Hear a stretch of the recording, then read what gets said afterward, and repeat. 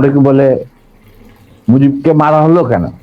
মুজিব তো মারা যায় নাই, মুজিব নিহত হয়েছে একটা সেনা অভ্যুত্থানে ঘটাকালে।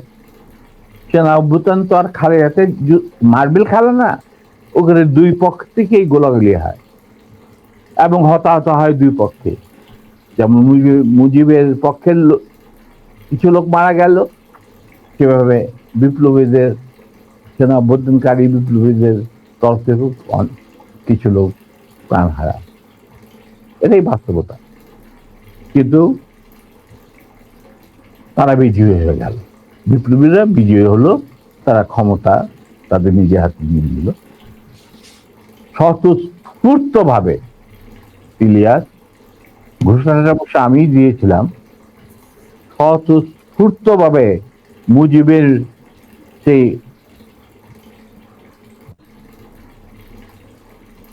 মৃত্যুর খবর জানার পর আর বাকশালের পতনের খবর জানার পর লাখো লাখো লোক, মানে দেশের রাস্তা ঘাট, গঞ্জ, শহর, বন্দর, নগর, গ্রাম,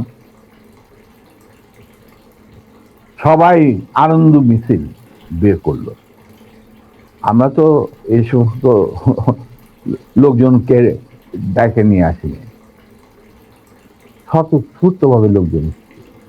আর যে সমস্ত রাজনৈতিক নেতা বা দলগুলো আন্ডারগ্রাউন্ড ছিল, তারাও জনসমর্থন নিয়ে রাস্তায় চলে আসে।